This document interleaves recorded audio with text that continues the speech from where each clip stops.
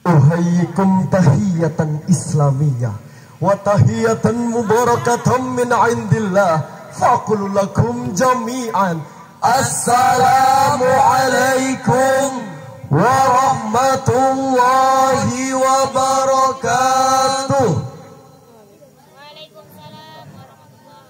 Alhamdulillahilladzi ja'alal qalama lil kitaba wal kitaba lil qira'ah wal qira'ah lil ma'rifah wal ma'rifah lil ibadah wal ibadah insyaallah lillahi ta'ala.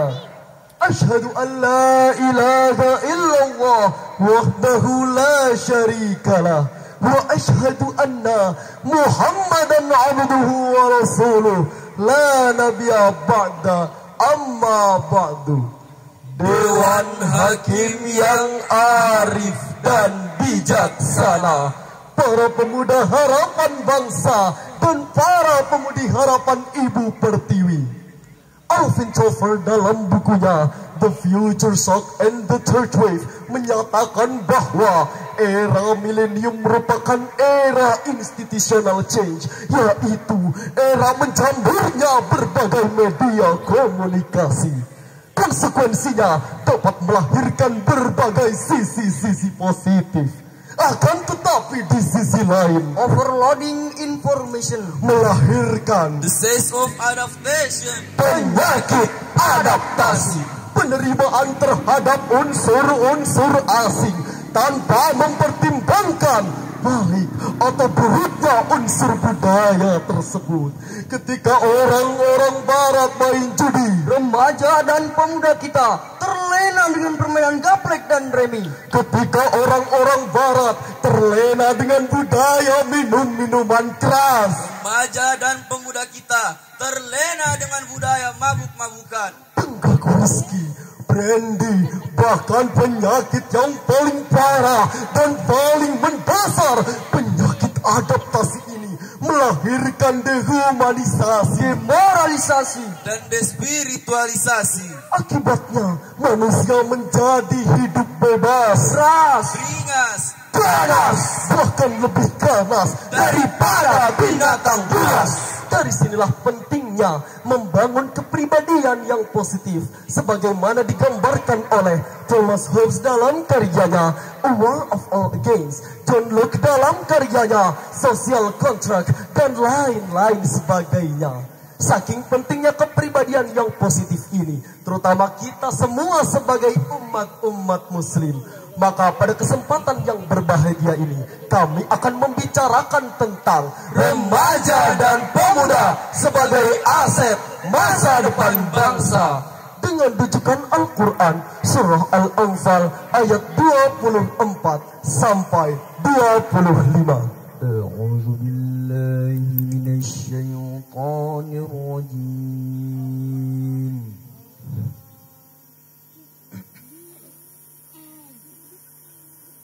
Bismillahirrahmanirrahim.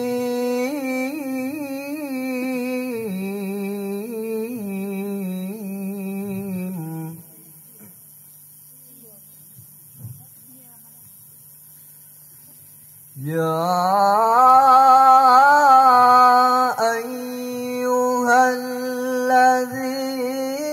amanu stajibu lillahi walirrasuli idza da'akum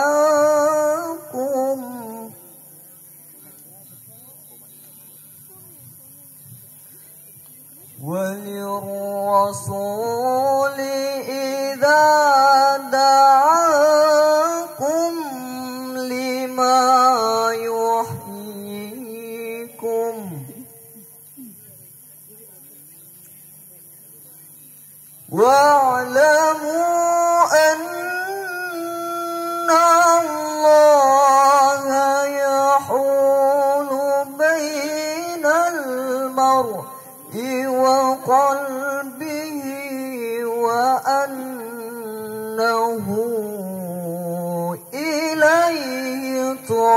يحشرون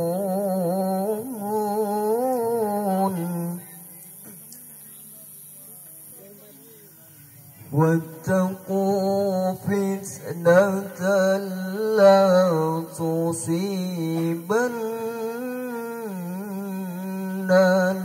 الذين ظلموا منكم خاصة واعلموا أن الله شديد العقاب.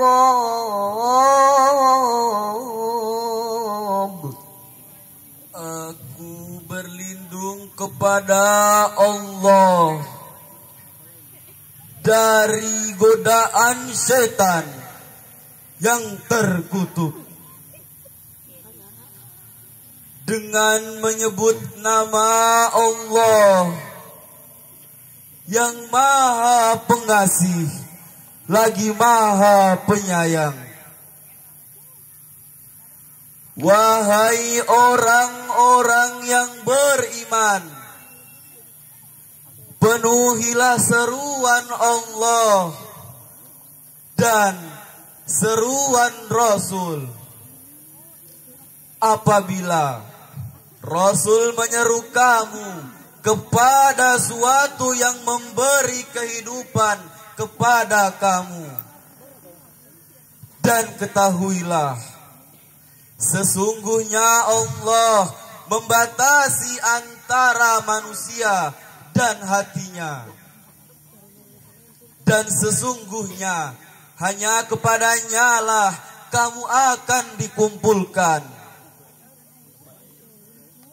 Dan peliharalah dirimu dari siksaan yang tidak khusus menimpa orang-orang yang zalim saja di antara kamu. Dan sesungguhnya siksaan Allah amatlah keras. Dewan Hakim yang arif dan bijaksana, para pemuda harapan bangsa dan para pemudi harapan Ibu Pertiwi, berdasarkan ayat tadi, maka dapatlah difahami bersama bahwa ketika kita ingin membangun remaja dan pemuda, maka harus membatasi antara dirinya dengan hatinya. Lantas, apakah kita sudah mengetahui bersama bagaimana maksud dari membatasi antara dirinya dengan hatinya?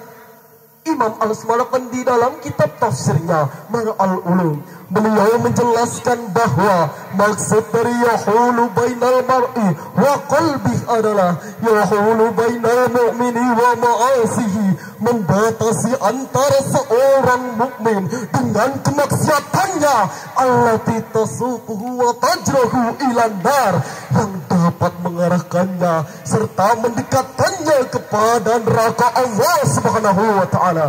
Wa yahulu bainal kafiri wa ta'atihi, dan membatasi antara seorang kafir dengan ketaatannya, allati tajrahu ilal jannah, yang dapat mendekatkannya kepada syurga Allah Subhanahu wa taala. Hadirin, penjelasan ini menunjukkan kepada kita semua bahwa seseorang yang beriman bisa saja masuk neraka apabila ia tidak dapat mengontrol dirinya dari kemaksiatannya. Akan tetapi, hal ini bukan hanya menjurus kepada eksklusivisme Islam, sehingga seringkali menafsirkan civil society yang sesungguhnya harus terus-menerus untuk dibangun. Tuntunan Allah dan Rasul-Nya telah disyariatkan sedemikian rupa oleh Allah yang mengetahui berbagai Kemaslahatan, kebutuhan, serta kecenderungan kita semua. Apabila ada yang melanggarnya, maka akan timbul kekacauan, dan kekacauan tersebutlah akan lahir instabilitas yang akan mengakibatkan seluruh aspek masyarakat, baik yang taat maupun yang bermaksiat, sama-sama ditimpa bencana. Karena dari itu, ayat ini berpesan sekaligus Rasulullah SAW telah memperingatkan kepada kita semua bahwa jika ada anggota keluarga yang melakukan kemaksiatan, kita melihatnya, akan tetapi kita tidak menghalanginya, maka kita semua akan sama-sama ditimpa bencana.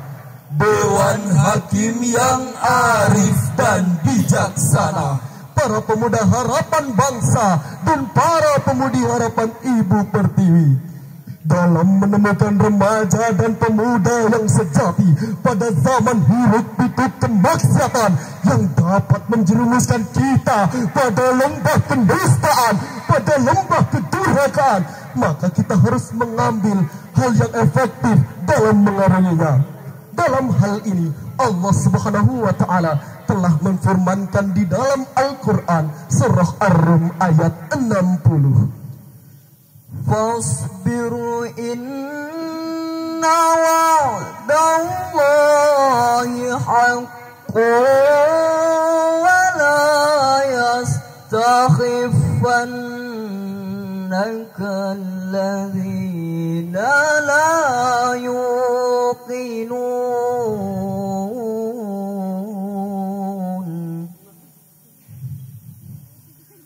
Fasbiru inna wa'dallahi haqqun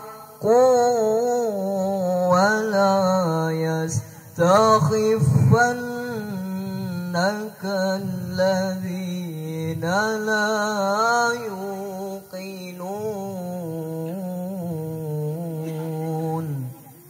Sadaqallahul azim. Maka bersabarlah kamu, sesungguhnya janji Allah adalah benar. Dan sekali-kali janganlah orang-orang yang tidak meyakini ayat Allah itu menggelisahkan kamu. Maha benar Allah dengan segala firman-Nya, lagi maha agung. Dewan Hakim yang arif dan bijaksana, para pemuda harapan bangsa dan para pemudi harapan Ibu Pertiwi, di dalam ayat tadi terdapat kata kerja yang paling ditekankan dengan kata kerja perintah di dalamnya, yakni fasbir, bersabarlah. Dalam hal ini, Abdurrahman bin Nasir As-Sa'udi telah menjelaskan di dalam tafsirnya dengan sebutan fasbir ala ma amarta bihi, bersabarlah terhadap apa yang diperintahkan oleh Allah, wa ala da'watihim ilallah, dan terhadap apa yang engkau panjatkan kepada Allah, walau ra'aita minhum irada, meskipun engkau mendapati di antara mereka ada orang-orang yang membangkang.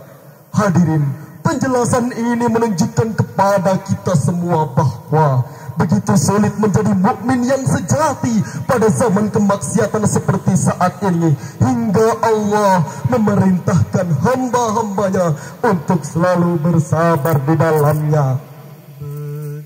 Apalagi jika dikaitkan dengan perkembangan zaman yang begitu pesat saat ini. Sebagai contoh adalah anak-anak muda kita terjerumus dan terlena dengan adanya westernisasi, kebarat-baratan, dekadensi akhlak, degradasi moral.